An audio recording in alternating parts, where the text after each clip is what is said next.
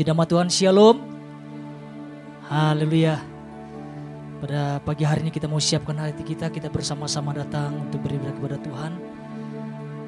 Kami mengucap syukur Tuhan buat kebaikan-Mu di dalam kehidupan setiap kami Tuhan. Kami ada sebagaimana kami ada saat ini semua karena anugerah-Mu, semua karena kemurahan-Mu di dalam kehidupan setiap kami. Dan pagi hari ini Tuhan, kami seluruh jemaat bersama-sama datang untuk memuji Engkau Tuhan. Kami percaya Engkau hadir di tengah-tengah kami. Ada lawatan Tuhan, ada sukacita, ada kemenangan, bahkan ada berkat-berkat-Mu yang tercurah atas kehidupan setiap kami Tuhan. Terima kasih Roh Kudus. Terima kasih Bapa. Setiap kita yang siap memuji Tuhan bersama-sama katakan amin. Haleluya. Saya undang untuk bangkit berdiri semuanya.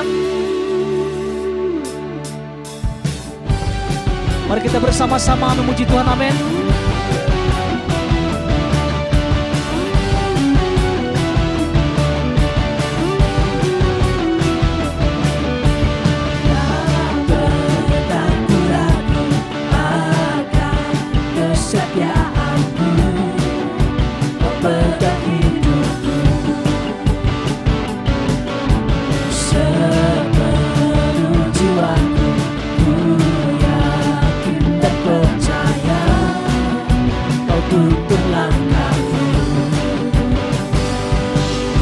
Kaulah Raja dalam hidup, berkuasa percaya untuk selamanya.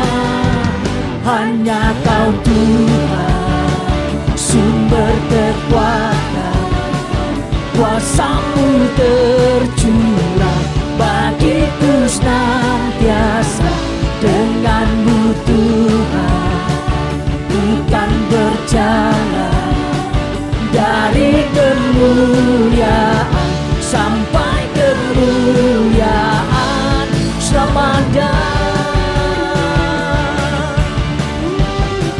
Tak pernah ku ragu, tak pernah ku ragu akan kesetiaan-Mu.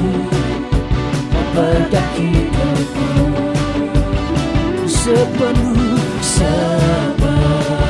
jiwaku. Percaya Kau tuntun langkahku. Katakan Yesus Kaulah Raja dalam hidup, berkuasa percaya untuk selamanya. Hanya Kau Tuhan, sumber kekuatan. Katakan kuasa-Mu tercurah bagiku senang. Dengan-Mu Tuhan berjalan dari kemuliaan sampai ke. Katakan hanya Kau Tuhan, hanya Kau Tuhan. Katakan kuasa-Mu tercurah bagiku senantiasa. Dengan-Mu Tuhan, ku kan berjalan dari kemuliaan sampai kemuliaan selamanya.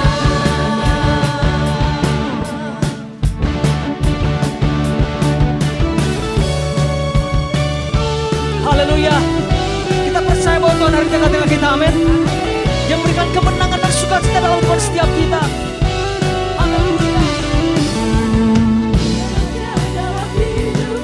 Berkuasa percaya untuk selamanya. Yesus Kaulah Raja dalam hidup, berkuasa percaya untuk selamanya. Hanya Kau Tuhan, katakan sumber kekuatan. Kuasa-Mu Tuhan, kuasa-Mu tercurah bagiku senang. Dengan-Mu Tuhan, ku kan berjalan dari kemuliaan sampai ke. Sekali katakan hanya Kau Tuhan, hanya Kau Tuhan. Kuasa-Mu nyata di tengah-tengah kami Tuhan, tercurah bagiku senang. Dengan-Mu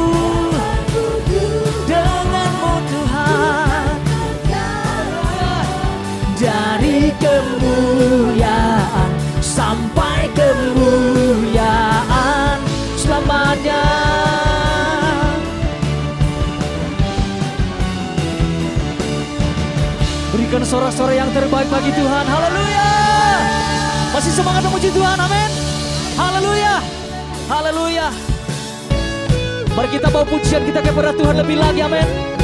Haleluya.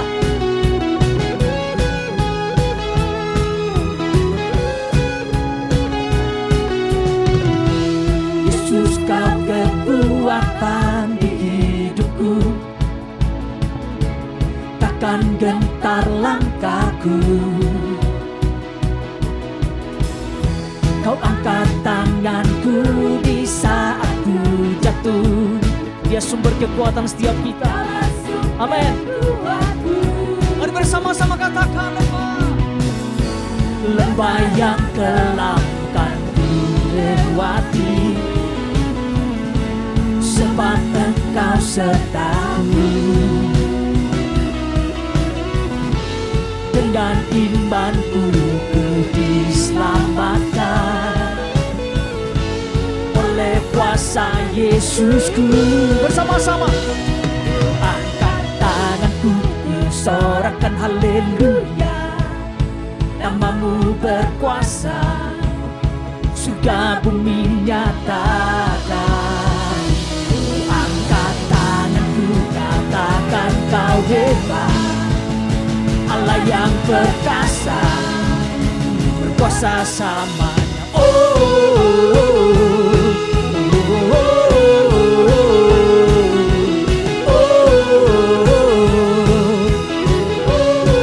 Mari nyatakan bersama-sama, katakan, Yesus, kau kekuatan di hidupku, takkan gentar langkahku. takkan gentar langkahku. Kau angkat tanganku di saat ku jatuh, Kaulah sumber kuatku. Bersama-sama Lembah yang kelam kan ku lewati, sebab Engkau sertaku. mari dengan iman, Dengan imanku ku diselamatkan oleh kuasa Yesusku. Ku angkat tanganku, ku sorakan haleluya. amin. Namamu berkuasa, surga bumi nyatakan. Ku angkat tanganku, nyatakan kau hebat, Allah yang perkasa, berkuasa selamanya.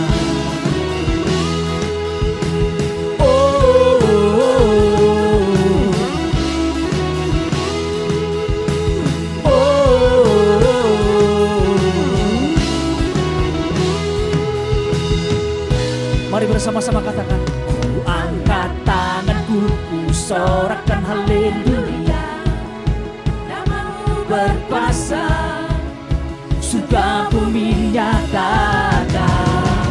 Ku angkat tanganku, nyatakan kau hebat, Allah yang perkasa, berkuasa selamanya. Ku angkat tanganku, ku sorakan haleluya. Namamu berkuasa, surga bumi nyatakan. Ku angkat tanganku, nyatakan kau hebat, Allah yang perkasa, berkuasa selamanya.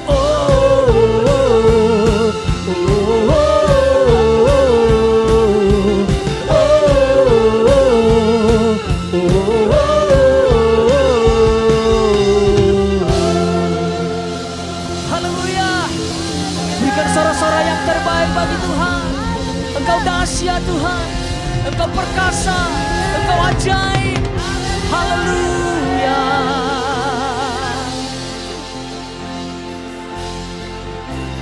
Bagi Dia segala pujian, hormat serta syukur kekal selamanya.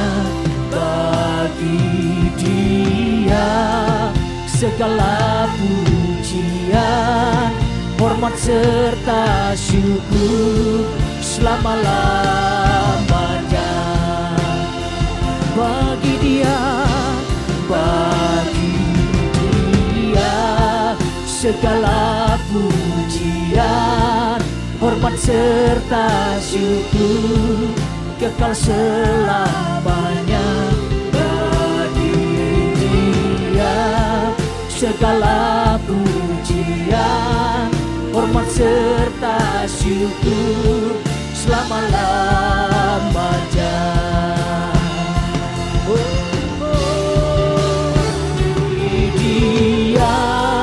Segala pujian, hormat serta syukur kekal selamanya. Bagi Dia segala pujian, hormat serta syukur selama-lamanya. Selama-lamanya, selama-lamanya, selama-lamanya.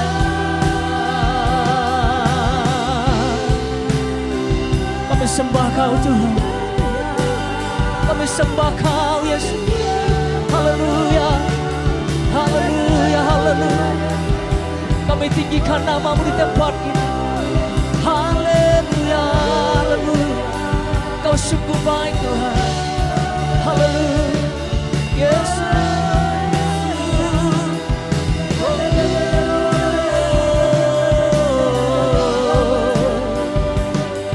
Ya Raya Lama Syadaya Nama.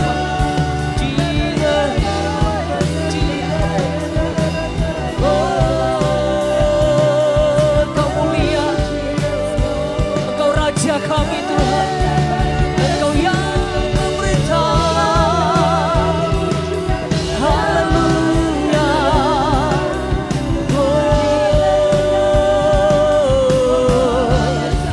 Kiara lama ya lama syadayana. Mari terus menyembah Dia. Mari tinggikan nama Yesus. Haleluya, haleluya.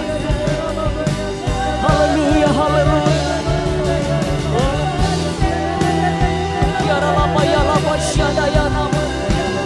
Curahkan atas kami Tuhan, curahkan. Haleluya.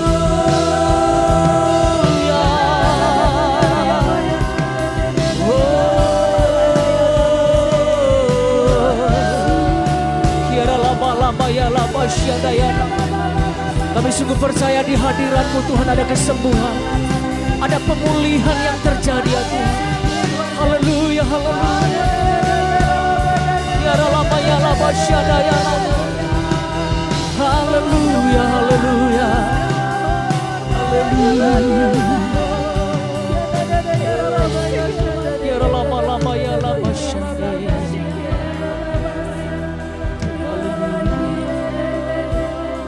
Engkau sungguh baik. Engkau sumber pertolongan kami Tuhan.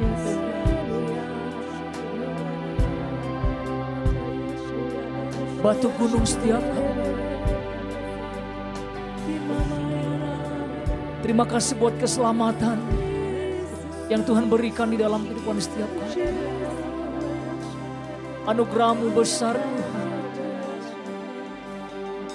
Biarlah kasih-Mu terus mengalir Tuhan, memenuhi kami. Terima kasih. Terima kasih.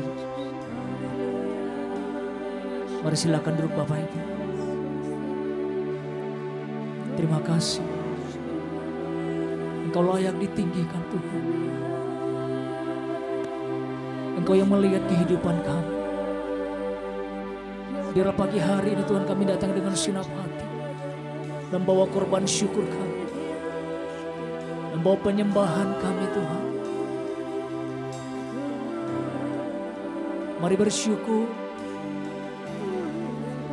Terima kasih Yesus. Engkau sungguh baik. Engkau sungguh baik.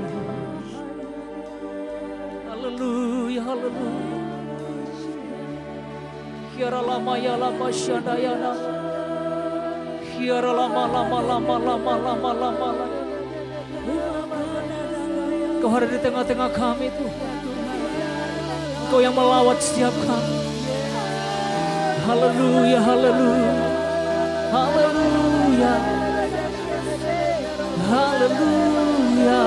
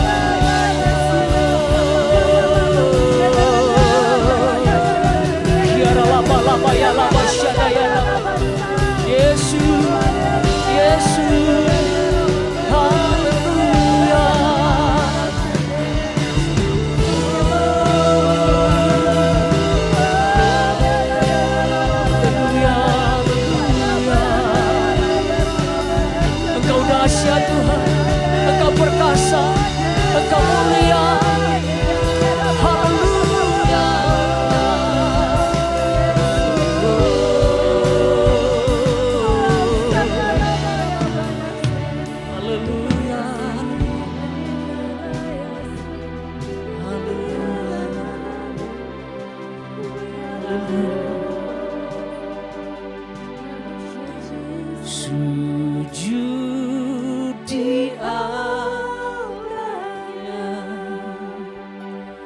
ku bawa hidupku, ku terima anugerahnya, Dia ampuniku dan bebaskanku. Dia ubah hidupku, barui hatiku. Sesuatu terjadi saat datang di altarnya. Mari kita angkat pujian dari awal. Bila hati terasa berat, tak seorang pun mengerti bebanmu. Ku tanya Yesus, apa yang harus ku buat? Dia berfirman, mari datanglah. Dia selalu pedulikan aku. Ku datang Yesus, Dia pikul segala bebanku. Sujud di altarnya, ku bawa hidupku, ku terima anugerahnya. Dia ampuniku dan bebaskanku. Dia ubah hidupku, barui hatiku. Sesuatu terjadi saat datang di altarnya. Mari bersama-sama katakan sujud di altarnya. Sujud di altar. Kami bawa hidup kami Tuhan. Ku bawa hidup, ku terima anugerahnya. Dia ampuniku dan bebaskanku. Dia ubah hidupku.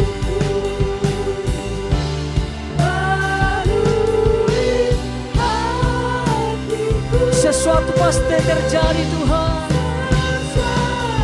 Itu terjadi saat datang di altar. Mari sekalian katakan sujud di altarnya. Sujud di altarnya. Ku bawa hidup, terima anugerahnya. Ampuniku dan bebaskanku. Dia ubah hidupku.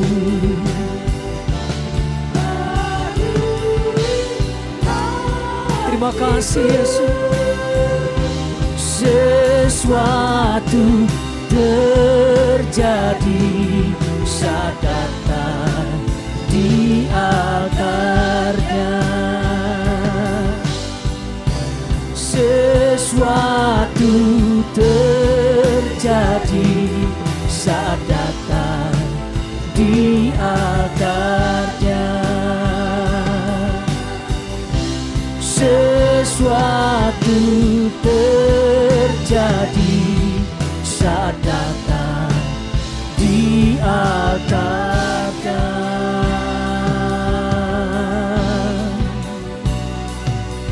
Haleluya. Haleluya, haleluya.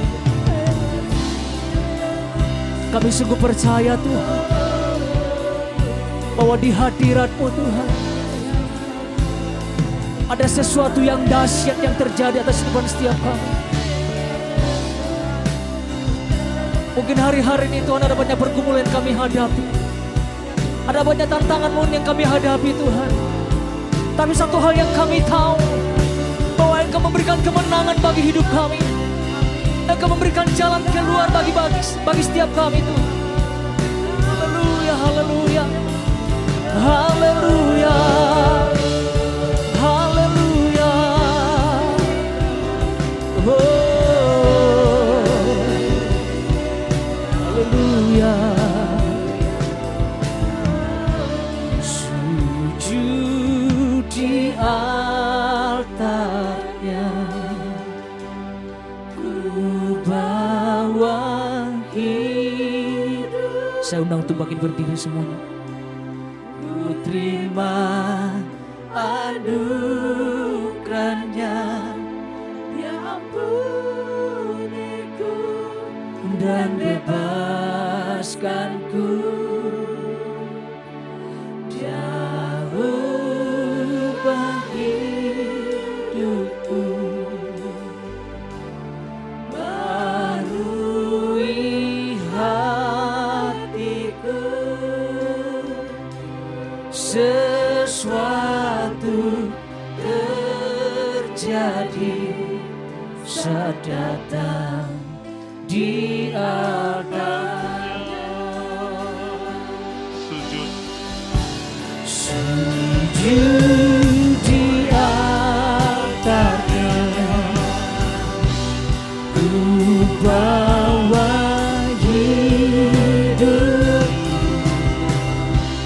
ku terima anugerahnya. Dan bebaskanku. Dia ubah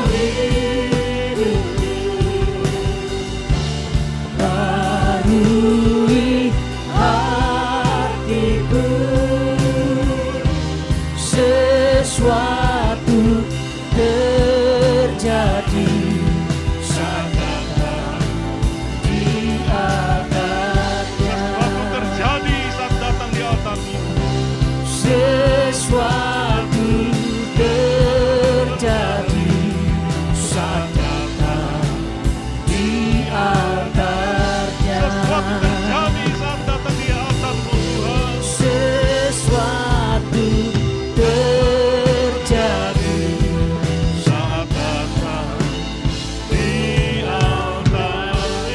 Berikan sorak-sorai bagi Tuhan kita. Haleluya.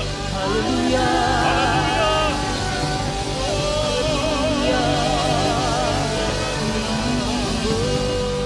Terima kasih Tuhan, terima kasih. Haleluya, haleluya Tuhan Yesus. Sungguh indah ada di dalam hadirat Tuhan Yesus. Kami menikmati hadirat-Mu Tuhan. Kami bersyukur. Kami percaya Engkau hadir di tengah-tengah kami Tuhan. Engkau melawat setiap kami Tuhan Yesus. Di dalam segala keadaan yang sedang kami hadapi. Di dalam segala hal yang sedang kami hadapi saat ini Tuhan. Di dalam segala rintangan Tuhan yang menghadang hidup kami percaya Tuhan. Engkau senantiasa menuntun setiap perjalanan dan langkah kami Tuhan Yesus. Kami percaya Tuhan Engkau tidak pernah meninggalkan sedetik pun Tuhan kehidupan kami. Hari ini Tuhan, kami ada di tempat ini, kami kembali memuji menyembah-Mu. Kembali kami berkumpul di tempat ini, kembali kami memuji Tuhan, meninggikan nama-Mu. Itu semua karena anugerah-Mu yang besar dalam hidup kami Tuhan. Itu semua karena kebaikan-Mu yang luar biasa atas hidup kami Tuhan. Bukan karena kemampuan kami, bukan karena kuat kami, bukan karena gagah kami, tapi kami percaya kehendak-Mu dan perkenanan-Mu atas hidup kami Tuhan Yesus. Terima kasih Tuhan, terima kasih. Bersyukur Tuhan, di dalam segala kondisi, sesulit apapun, Engkau masih memberikan kekuatan kepada kami. Untuk kami bersyukur kepadamu Tuhan, memuji Engkau, meninggikan nama.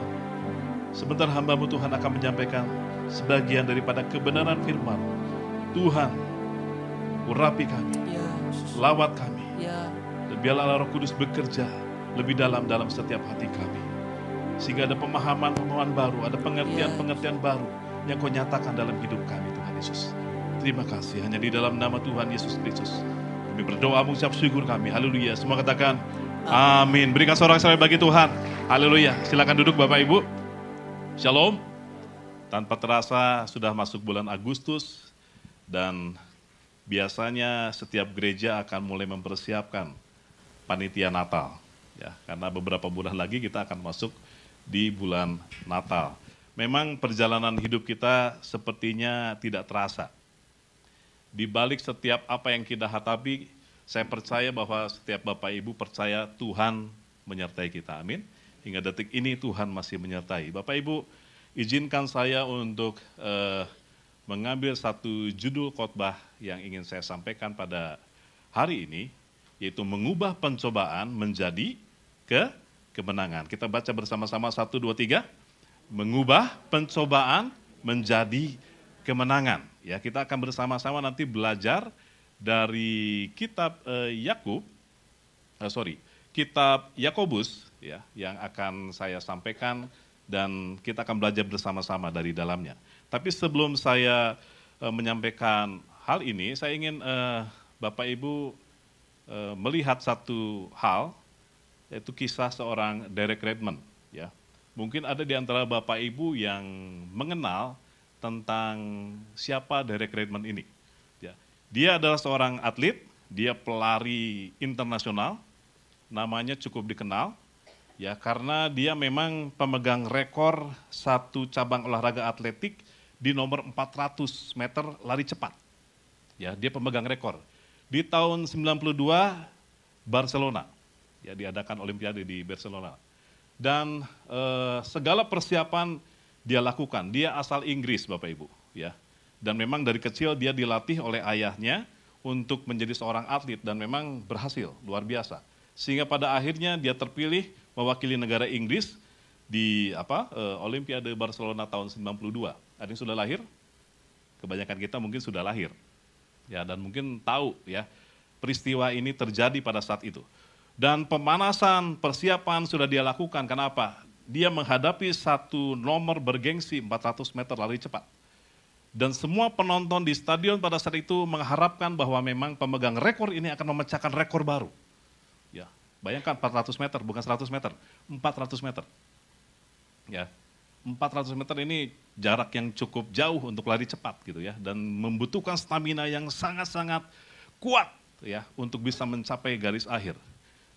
Dan akhirnya waktu pertandingan dimulai pada saat tembakan tanda start ya diletuskan, das, dia lari secepat mungkin. Tetapi ada hal yang secara tiba-tiba terjadi atas diri Derek Redmond ini. Apa yang terjadi? Pada saat 250 meter pertama, ya, dia mengalami satu hal yang sangat-sangat tidak diinginkan oleh seorang atlet pelari cepat.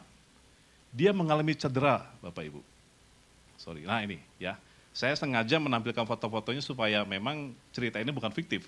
Ini terjadi nyata, ya nyata. Dan dia mengalami satu kesakitan, kenapa? Otot hamstringnya sobek, Bapak Ibu. Ya, di bagian belakang ini ada otot hamstring. Ya, ini sangat ditakuti oleh seorang atlet lari cepat, kenapa? Ya sudah, kalau ini cedera, kalau sembuh ya bisa lanjut, tapi untuk pulih itu lama. Dan mungkin ada di antara Bapak Ibu yang suka tenis, teman saya pernah mengalami otot hamstringnya putus gitu ya, robek. Itu sakitnya katanya, aduh minta ampun. Dia lagi ya smash segala macam, lari sana tiba-tiba tak ya kerasa ada prak gitu di belakang. Terus aduh ya. Pas saat itu saya dari situ, waktu di Garut tuh. Ya, saya sampai aduh nggak bisa jalan, langsung dibawa ke rumah sakit, ternyata otot hamstring dan memang sangat berbahaya juga gitu. Nah, Derek Redmond terjatuh di 250 meter. Dia kesakitan, dia meringis. Dan pada saat itu petugas kesehatan sudah membawa tandu dan siap-siap lari ke tengah. Tapi tiba-tiba ada satu tindakan yang luar biasa. Derek Redmond, dia berdiri di dalam kesakitannya dan dia lari dengan tertatih-tatih. Ya. Saudara bayangkan, kaki yang satu sakit, ya ini cedera otot, robek. Dia memaksakan berdiri dan dia terus berlari. Sesuatu hal yang tidak pernah dia duga. Kenapa? Dia pasti sudah mempersiapkan ya vitamin segala sesuatu, pemanasan, kemudian latihan. Dia sudah pasti mempersiapkan, kenapa? Ini tingkat dunia, olimpiade. Dia nggak mungkin ecek-ecek lah persiapannya. Dan ternyata ada hal yang tidak terduga. Di saat-saat dia ada di dalam gelanggang, ada hal yang tidak dia harapkan. Tapi yang luar biasa tindakan dia tidak kesakitan terus merengek kemudian dibawa oleh petugas yang membawa tandu ke pinggir, ya selesai, tidak. Dia berdiri dan dia tertatih-tatih. Dia meringis, kalau Bapak Ibu bisa nanti lihat di YouTube atau di Google cari Derek Redmond, itu banyak videonya, ya kejadian saat itu. Dan pada saat dia sudah tertatih-tatih, hampir mencapai garis akhir, tiba-tiba ada seorang pria berbadan besar. Dia datang dan dia pegang tangan Derek Redmond dan bilang, kamu tidak perlu melakukan hal ini, kamu sudah cukup melakukan yang terbaik. Ya, ini papahnya Bapak Ibu. Tapi Derek Redmond katakan, tidak, aku mau sampai pada garis akhir. Jadi berdua ini dibopong oleh papahnya Derek Redmond ini sampai ke garis akhir. Ya, dia terus dipapah sampai ke garis akhir. Dan sekali lagi, Derek Redmond tidak menjuarai, ya, tidak menjuarai kejuaraan 400 meter yang dikatakan nomor yang ditunggu-tunggu karena dia adalah pemegang rekor, ya, pemegang rekor daripada nomor tersebut.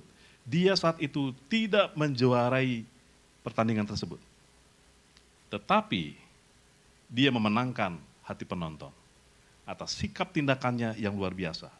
Dia mengalahkan rasa sakitnya dan memenangkan lomba untuk dirinya sendiri. Saya percaya Derek Redmond bisa begitu, kenapa? Ya. Jiwa di dalam dirinya kuat. Sakit dia harus sampai ke garis akhir. Bukan orang lain, ya, yang istilahnya mempengaruhi, ayo bangun, bukan, tapi dirinya sendiri. Makanya saya katakan Derek Redmond menang lomba untuk dirinya sendiri.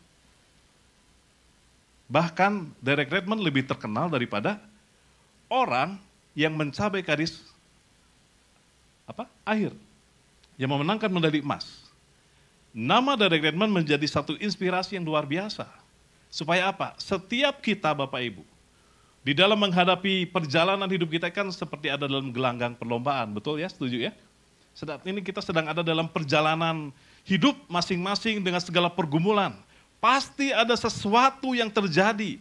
Dan kadang-kadang tidak pernah kita pikirkan. Hal-hal, masalah, pergumulan, ataupun ujian, cobaan itu datang secara tiba-tiba. Tidak pernah kita rencanakan. Dan tidak pernah kita duga. Sama seperti Musa. Ya, saya pernah membawakan khotbah tentang Musa ini. Dia dikejar oleh pasukan Mesir, bisa nyebrang, melewati Laut Teberau atas pertolongan Tuhan. Dengan tongkat yang luar biasa, karena kuasa Tuhan. Tapi masalah tidak selesai sampai di situ. Setelah mereka merayakan kemenangan, mereka berjalan 3 hari di padang Asyur. Ya, tidak makan, tidak minum, mereka kehausan sampai di satu tempat. Ya, di Mara. Begitu mereka haus, mereka minum airnya pahit. Itu masalah bukan? Masalah, Bapak Ibu. Terkadang kita melihat di dalam Alkitab begitu banyak tokoh-tokoh yang bisa mengubah pencobaan menjadi kemenangan. Dan mungkin Bapak Ibu bertanya, kenapa Tuhan izinkan itu terjadi? Kan itu kan yang menjadi masalah. Kenapa Tuhan izinkan pergumulan, persoalan, masalah terjadi dalam hidup kita? Dan mungkin ada di antara Bapak Ibu jemaat Tuhan, saat ini masih bertanya-tanya dengan pergumulan yang mungkin saat ini masih sedang terjadi atas hidupmu. Tuhan, kenapa ini engkau timpakan atas hidupku? Saya ingin mengajak setiap jemaat memahami. Ya. Memahami bagian firman Tuhan yang akan kita sama-sama baca di dalam Yakobus.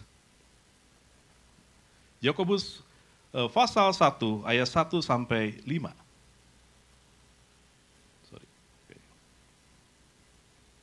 Baik ya, saya sudah siapkan.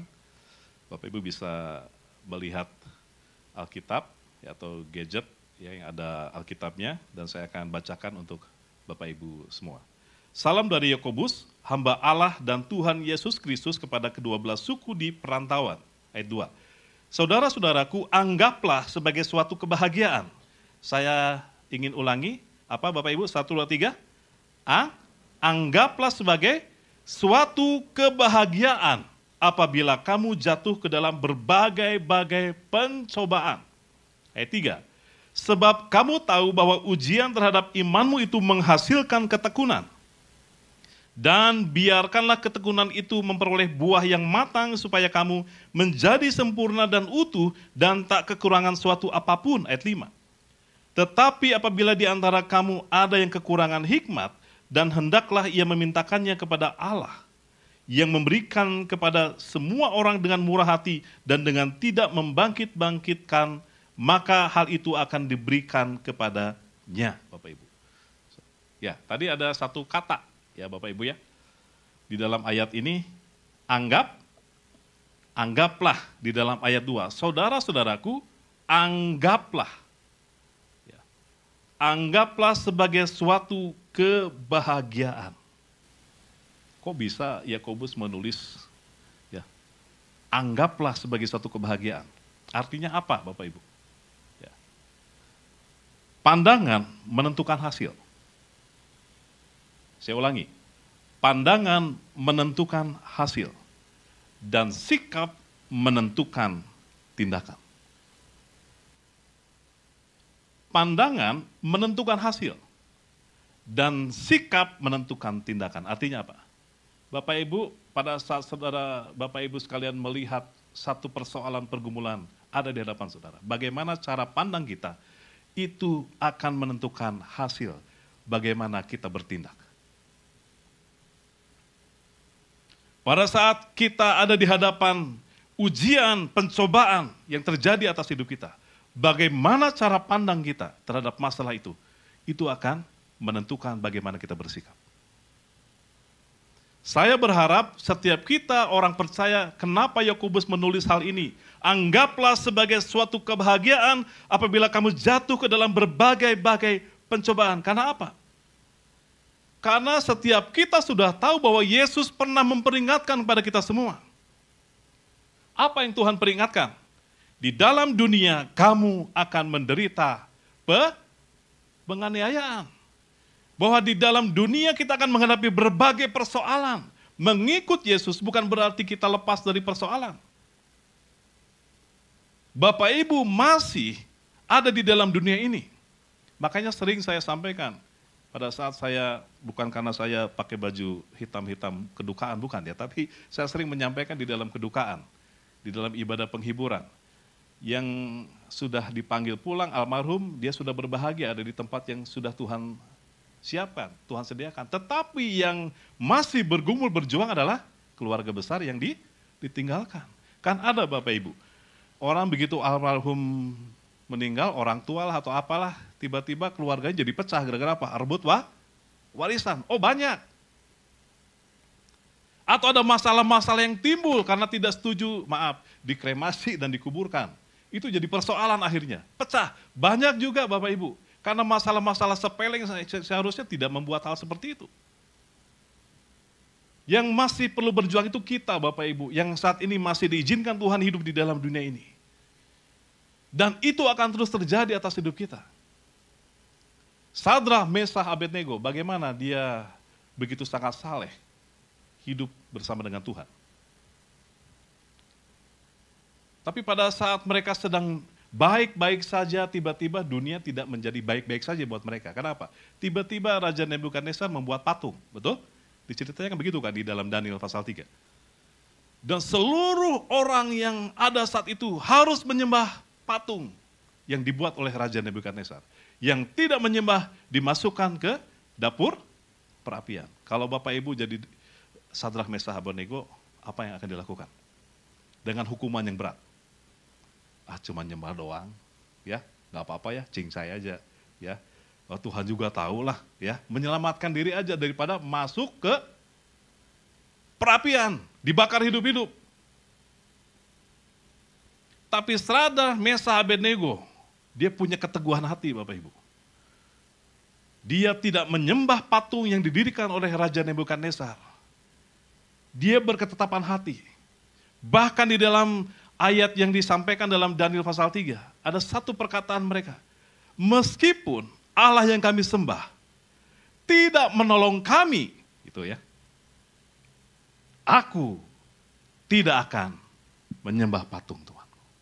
Luar biasa saudara, pernyataan iman yang luar biasa itu. Siap mati.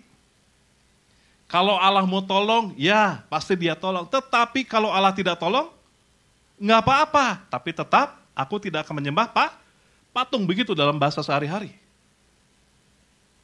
Ini iman yang luar biasa, dia paham bahwa Allah mampu melakukan hal di luar apa yang dia pikirkan. Itu yang harus kita pahami, makanya kenapa Yakobus katakan, anggaplah sebagai suatu kebahagiaan, ada sikap gembira Bapak Ibu pada saat kita menghadapi ujian pencobaan. Jangan terus bersedih. Makanya saya mau ingatkan, pada saat ini Bapak Ibu menghadapi pergumulan, pencobaan, apapun itu, sikap bahagia itu penting. Kenapa bahagia? Karena itu bukti Allah akan bekerja dalam hidup kita. Dalam saya berusaha, tidak selalu baik-baik saja. Meskipun di sini mungkin Bapak Ibu banyak yang berusaha juga. Usaha itu nggak mulus-mulus saja, betul ya? Ada pasang surutnya. Tidak terus untung-untung, cuan-cuan terus. Enggak ya, pasti ada hal-hal yang membuat kita stres. Membuat kita berpikir harus bagaimana ini menyelamatkan usaha bisa berjalan terus. Ya kadang-kadang ada yang tidak bayar, ya, ada yang kabur, sama Bapak Ibu, saya pun di konstruksi begitu. Rumah sudah jadi, nggak bayar, ada. Banyak Bapak Ibu yang seperti itu. Kita sudah berusaha menyelesaikan apa yang diminta sesuai dengan kontrak, selesai begitu pembayaran terakhir, nggak mau bayar, banyak. Seperti itu banyak. Apakah kita harus terus bersedih? Atau tiba-tiba Bapak Ibu rumah tangga sedang baik-baik saja. Dan tiba-tiba ada masalah Ada belalang-belalang yang hinggap di atas rumah tangga Bapak Ibu. Yang menggerogoti kehidupan rumah tangga Bapak Ibu. Yang membuat tadinya damai sejahtera itu bisa dirasakan, tiba-tiba hilang. Kenapa? Ada persoalan yang sedang dihadapi. Bisa tidak kita bersikap bahagia? Ini yang jadi pertanyaan. Kalau kita mengerti, memahami bahwa Tuhan sedang berkarya atas hidup kita, Bapak Ibu akan memiliki sikap bahagia. Kenapa? Berarti Bapak Ibu sedang dipersiapkan oleh Tuhan untuk masuk di dalam rencana dan level yang lebih tinggi lagi atas kehidupan Bapak Ibu, saudara sekalian. Meskipun untuk menghadapinya nggak gampang, betul ya? Nggak gampang, apalagi yang menjadi persoalan suami kita. Sorry ya, ibu-ibu ya, maaf ya, ini kan banyak kasus sekarang, suami tiba-tiba selingkuh, punya will, ya wanita idaman lain. Ibu-ibu sebel nggak lihat suami? Ya, apa? Saya dengar meskipun nggak jawab dalam hati, sebel banget. Ya, sebel banget, lihat mukanya juga sebel. Kalau boleh sepatu dilempar ke muka suami kita.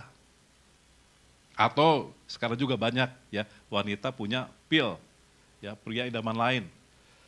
Suami pasti sebel sama istri, pasti. Apakah masih bisa mengasihi? Oh, itu berat. Tidak saya katakan, oh pendeta mah ya levelnya udah lain. Kalau misalnya menghadapi persoalan, oh gampang, bisa mengampuni. Pendeta mah manusia, Bapak Ibu, sama pergumulannya, berat-berat saudara. Atau ada orang yang mengesalkan kita, ada orang yang menipu kita, ada orang yang menjahati kita, kemudian kita ketemu lagi. Apakah kita bisa berbaik-baik? Susah. Betul? Susah. Itu bukan hal yang gampang. Tetapi bagi kita yang mengerti kebenaran firman Tuhan, kita harus berusaha. Sama seperti Derek Redmond. Dia jatuh, kesakitan. Dia mau terus telentang di tengah lapangan, menunggu di tanduk dan akhirnya dibawa ke pinggir lapangan dan selesai sudah, tidak akan ada cerita seperti yang terjadi, Bapak Ibu. Tidak akan ada cerita di mana Derek Redmond menjadi orang yang luar biasa, menjadi inspirasi. Sampai orang hampir seluruh dunia tahu tentang kisah ini. Dan mungkin Bapak Ibu sering mendengar tentang ini. Keputusan kita sangat menentukan. Sama dengan kita Bapak Ibu. Saat kita jatuh dalam pergumulan, kita tidak bisa mengampuni. Kita tidak bisa memaafkan. Dan banyak kepahitan-kepahitan ada dalam hati kita karena masalah-masalah persoalan yang sedang terjadi. Sikap yang menentukan itu ada di dalam diri kita. Mau dibentuk oleh Tuhan atau tidak? Itu sangat menentukan, Bapak Ibu. Dikatakan, berbahagialah apabila kamu jatuh ke dalam berbagai-bagai pencobaan. Berbagai-bagai itu artinya bermacam-macam, beraneka ragam. Persoalan yang kita hadapi tidak sama semua. Pencobaan itu bagaikan benang yang beraneka warna yang dipakai oleh tukang tenun untuk membuat sebuah permadani yang indah. Dari berbagai macam warna benang dipakai oleh seorang penenun untuk menghasilkan satu kain atau permadani yang indah. Betul? Kan itu dari berbagai macam warna.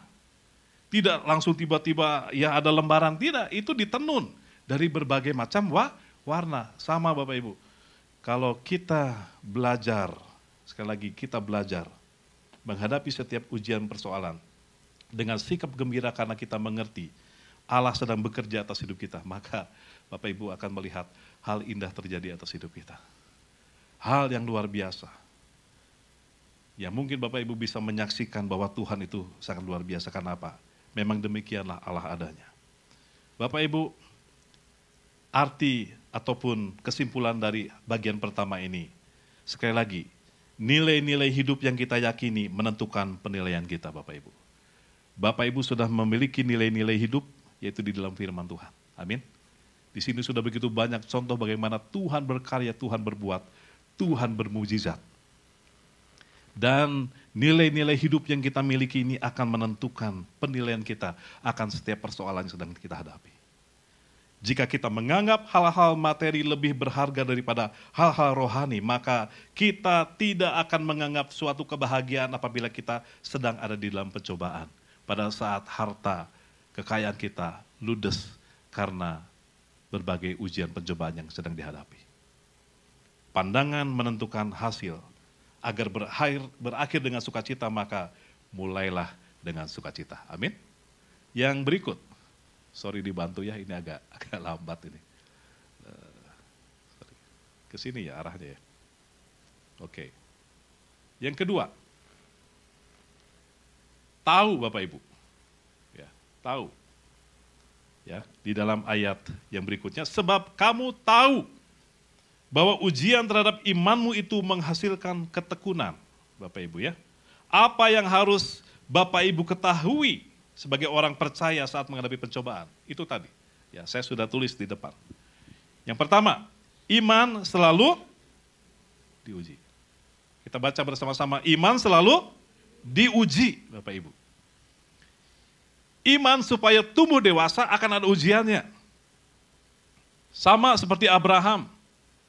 Ujian yang paling berat Abraham yaitu pada saat Ishak harus dipersembahkan.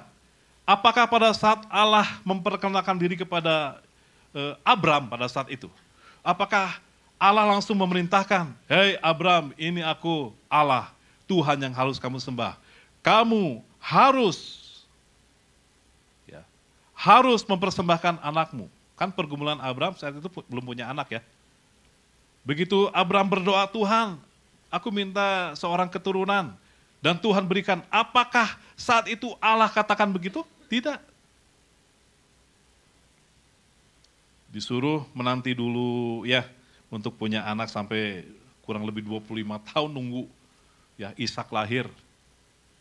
Setelah Ishak lahir ada firman Tuhan, harus mempersembahkan. Ujian itu selalu ada dalam hidup kita. Dan Bapak Ibu harus tahu iman kita akan selalu diuji. Katakan kiri kanan, imanmu akan selalu diuji oleh Tuhan. Yang sebelah katakan, amin. Ya, iman kamu juga. Ya, jangan salah. Kita semua akan menghadapi namanya ujian iman. Jadi kita harus punya persiapan hati, Bapak Ibu. Bahwa iman kita akan diuji terus oleh Tuhan. Sehingga yang terbaik nanti akan muncul. Dan yang kedua, ujian bekerja bagi kita, bukan melawan kita. Ujian itu bekerja bagi kita, bukan untuk melawan kita. Kata ujian dapat diterjemahkan persetujuan. Contohnya begini, kalau seorang penambang emas, begitu dia mendapatkan ada butiran-butiran emas, ya, atau bongkahan emas lah misalnya, tapi jarang. Biasanya butiran-butiran emas, disaring, dia sudah dapat nih misalnya setengah botol kecil. Yang menentukan itu emas atau bukan apa Bapak Ibu? Itu nggak bisa langsung dijual ke pasar, nggak bisa. Harus ada persetujuan dulu. Dari badan yang memang mereka yang ahli dan tahu dan akhirnya mengeluarkan surat persetujuan bahwa itu emas. Kan bisa aja itu tembaga, ya. Bisa aja itu mungkin ya batu warna kuning mengkilat, tapi bukan emas. Bisa saja. Karena yang namanya kandungan mineral dalam tanah itu macam-macam, banyak. Nah, jadi yang menentukan itu adalah persetujuan. Bahwa emas itu asli, bukan emas bohongan, bukan emas tiruan. Persetujuan Allah terhadap iman kita sangat berharga, Bapak Ibu. Saya ulangi. Persetujuan Allah terhadap iman kita sangat berharga karena meyakinkan bahwa iman kita ini adalah iman yang asli. Oh, banyak agama lain pun punya iman. Setuju? Mereka pun punya iman. Tetapi mana iman yang asli, mana yang bukan? Bapak Ibu bisa menerjemahkan sendiri. Alkitab sudah jelas.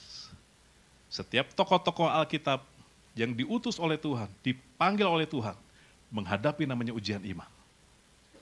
Nuh disuruh membuat bahtera besar sekali di atas gunung, di atas bukit. Saudara mungkin tidak pernah tahu bagaimana pergumulan Nuh setiap hari menghadapi orang-orang yang mengejek. Saudara disuruh, Pak David disuruh nih, bikin bahtera, ya nanti bakal di Bandung bakal direndam nih, ya bikin di tempat paling tinggi di Lembang, bikinlah jauh dari danau, jauh dari laut. Kita yang tidak percaya pasti akan mengejek Pak David. Ya. Atau jangan Pak David lah, saya lah. Ya. Orang akan begini, kurang sasatrip, tahu Bapak Ibu ya? Kurang seenag, kata istilah zaman sekarang. Ya, ini udah mulai stres nih, ya gara-gara corona, ya mulai stres nih, bikin perahu di atas. Ngapain? Setiap hari menghadapi ejekan. Apakah itu akan melemahkan? Bisa. Bisa. Bisa melemahkan.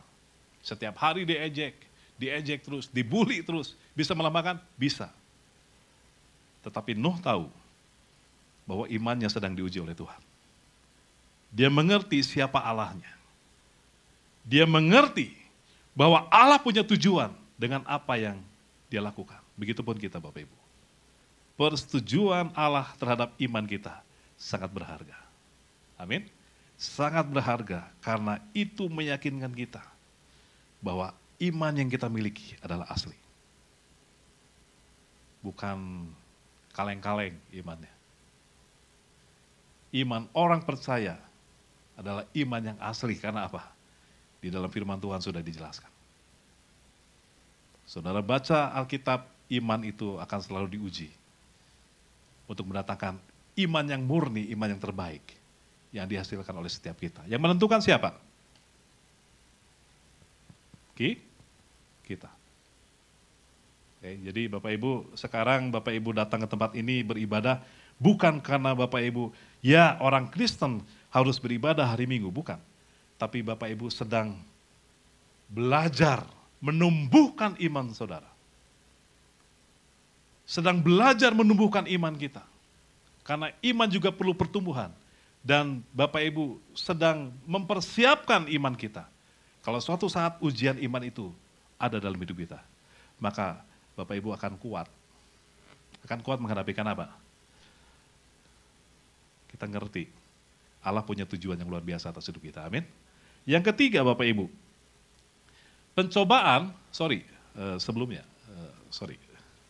pencobaan yang digunakan dengan benar akan mendewasakan kita, ya. Setuju Bapak Ibu ya? Jadi saya berharap setiap jemaat Tuhan di tempat ini akan menjadi jemaat yang dewasa, ya. Karena sekali lagi kalau pencobaan yang digunakan dengan benar, dengan sikap mengerti bahwa Tuhan punya tujuan yang mulia atas setiap apapun yang sedang kita hadapi, maka itu akan mendewasakan kehidupan kerohanian kita, ya. Jadi saya percaya Bapak Ibu, tidak serta-merta Tuhan iseng-isengan, memberikan satu ujian pencobaan atas hidup kita, kalau tanpa ada tujuan. Ya. Yang ketiga, sekarang baru ke slide berikut, Oke, terima kasih sudah dibantu ya. Yang ketiga, biarkanlah, ya. Ada kata biarkanlah di dalam ayat 4, dan biarkanlah ketekunan itu memperoleh buah yang matang. Biarkanlah itu berarti apa ya? Biarkan. Ya. Pak David, ini ada persoalan, udah biar aja. Biarkan itu berarti apa? Ya? Membiarkan berarti bukan berarti tidak memikirkan. Ya udahlah. Ya.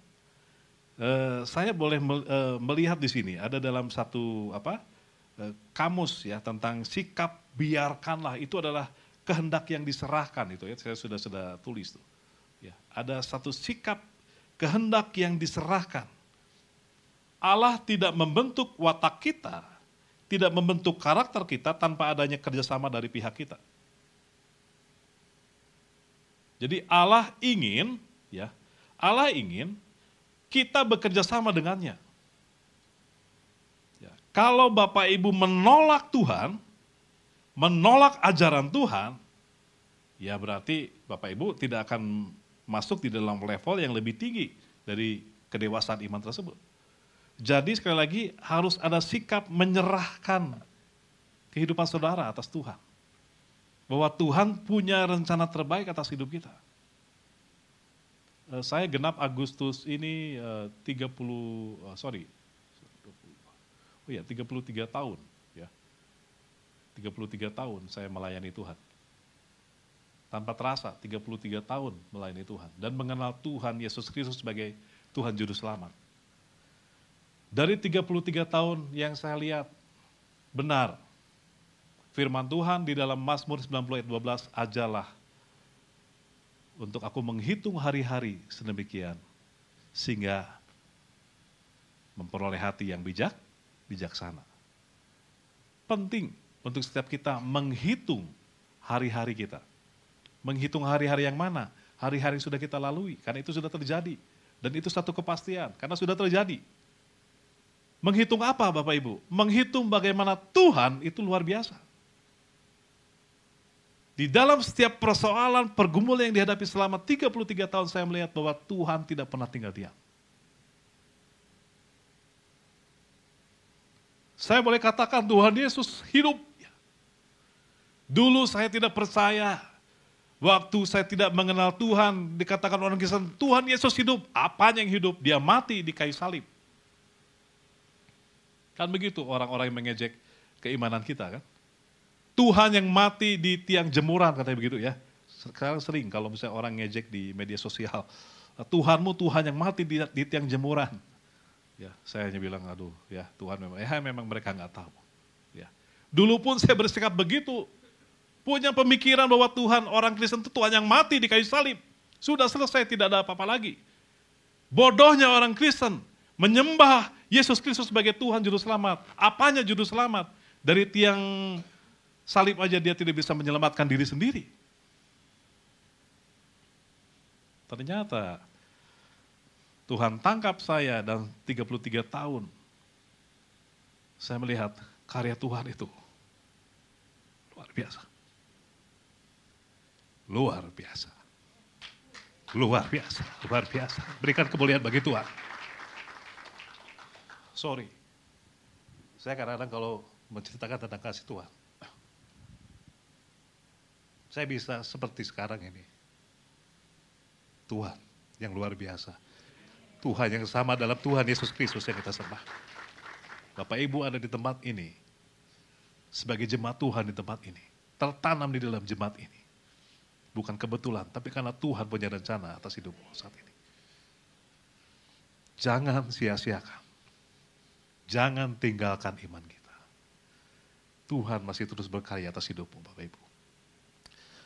Paulus mengatakan, ada 3 pekerjaan yang dilibatkan dalam suatu kehidupan Kristen yang lengkap. Ya, itu ada dalam Efesus 2 ayat 8-10. Nanti Bapak Ibu baca ya. Efesus 2 ayat 8-10. Ada 3 hal yang harus Bapak Ibu pahami. Yang pertama, ada pekerjaan yang dilakukan Allah untuk kita. Ada pekerjaan yang dilakukan Tuhan untuk kita. Apa itu? Keselamatan. Ya. Keselamatan. Sudah dilakukan oleh Tuhan Yesus di kayu salib. Yang kedua, ada pekerjaan yang dilakukan Tuhan di dalam kita. Yaitu apa? Pengudusan. Allah membentuk watak setiap kita untuk menjadi serupa dengan Yesus Kristus. Itu hal yang luar biasa, Bapak Ibu. Dalam ajaran manapun tidak ada hal seperti ini. Saya temukan hanya di dalam firman Tuhan Alkitab. Saya sudah belajar banyak tentang kitab-kitab di dalam pendidikan saya dulu dan kebetulan latar belakang saya dulu. Tidak ada hal tentang pengudusan ini, Bapak Ibu, hanya ada di dalam Yesus Kristus. Dan yang ketiga, ada pekerjaan yang dilakukan Tuhan melalui kita. Yang pertama, untuk kita, di dalam kita, melalui kita. Apa? Pelayanan, Bapak Ibu. Ya. Kita diciptakan dalam Kristus untuk melakukan pekerjaan baik. Tim musik, ya, WL, tim pujian, penyambut tamu, ya, operator di sana multimedia, sound system, semua bagian yang ada di dalam pelayanan gereja ini bukti bahwa Tuhan sedang bekerja melalui Bapak Ibu Saudara sekalian, melalui pelayanan Bapak Ibu. Semakin giat di dalam Tuhan, semakin giat di dalam Tuhan, karena Allah membentuk watak kita terus-menerus setiap hari. Dan Dia memanggil kita untuk dapat melayani Bapak Ibu. Yang terakhir Bapak Ibu, memintakannya dalam ayat 5. Tetapi apabila di antara kamu ada yang kekurangan hikmat, hendaklah ia memintakannya kepada Allah. Hati yang percaya. Mengapa kita memerlukan hikmat pada waktu kita mengalami pencobaan? Kita memerlukan hikmat supaya kita tidak akan menyia-nyiakan. Kita perlu hikmat supaya kita tidak menyia-nyiakan kesempatan yang diberikan Allah kepada kita untuk menjadi dewasa. Amin.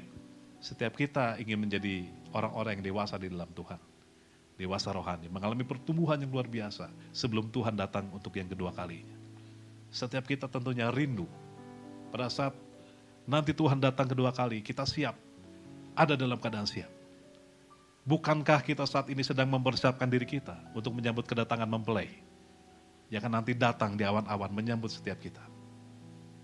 Untuk itu kita perlu memintakan hikmat kepada Tuhan, supaya kita tidak menyia-nyiakan waktu kesempatan, meskipun pada saat menghadapi ujian itu menyakitkan, meskipun pada saat menghadapi pencobaan itu tidak mengenakan. Dan kalau boleh kita berdoa sama Tuhan, jangan Tuhan, jangan ada persoalan yang berat buat hidup saya, tapi kita tidak bisa tawar-tawar. Karena sekali lagi persoalan ujian itu datang bisa secara tiba-tiba dan itu mungkin menggentarkan hati kita. Tapi percaya, Tuhan sedang punya rencana atas kita.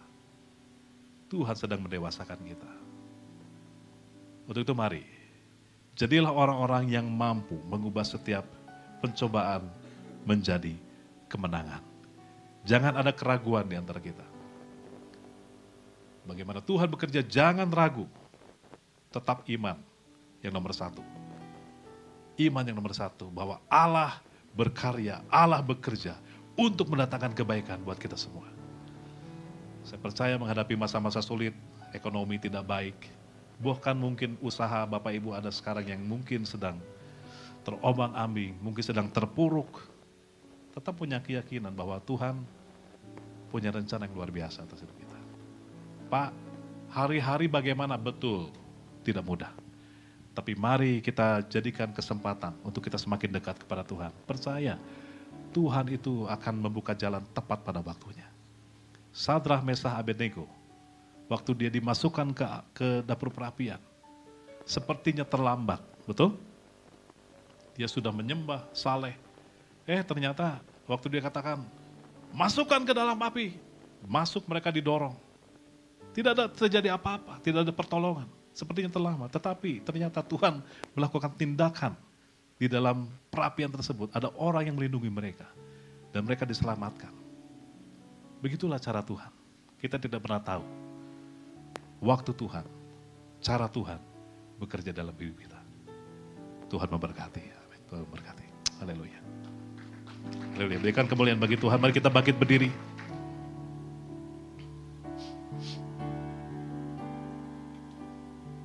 Haleluya.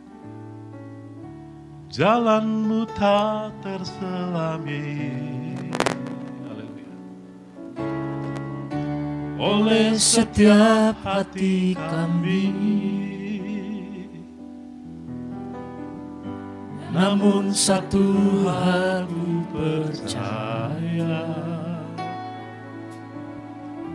ada rencana yang indah, tiada terduga kasih-Mu. Haleluya. Heran dan besar bagiku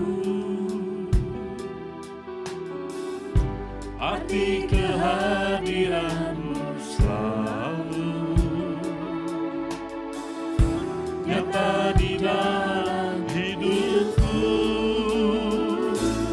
Penyertaan-Mu sempurna, rencana-Mu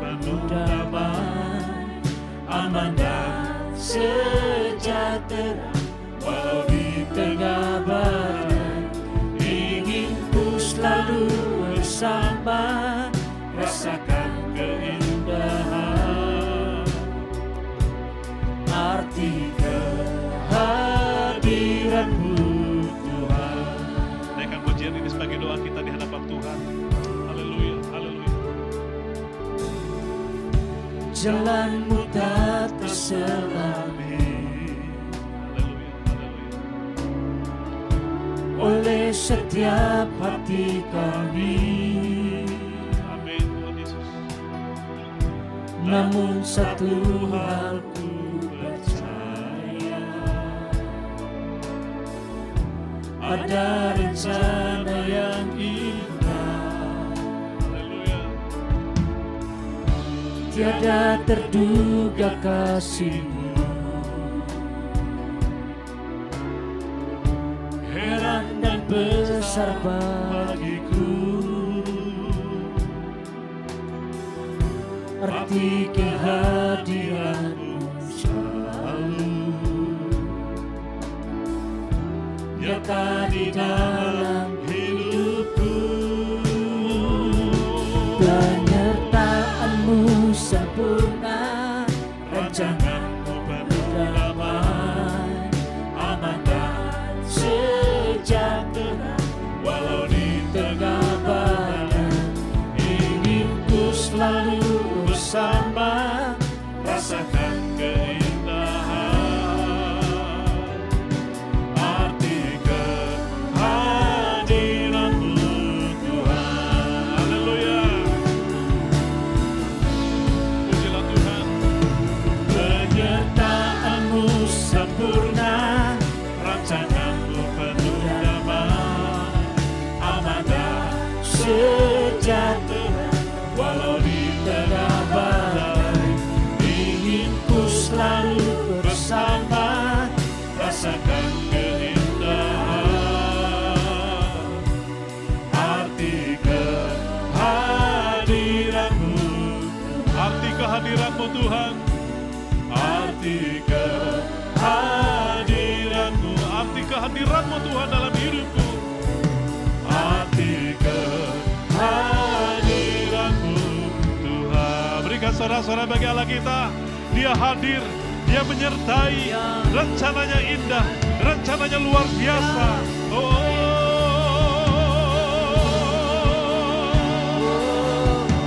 Haleluya,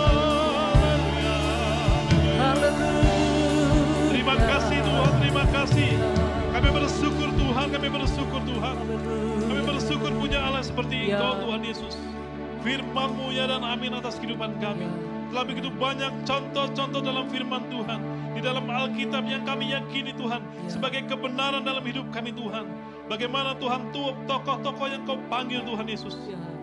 Hamba-hamba-Mu Tuhan yang telah Kau bentuk. Menghadapi segala ujian pencobaan atas hidupnya.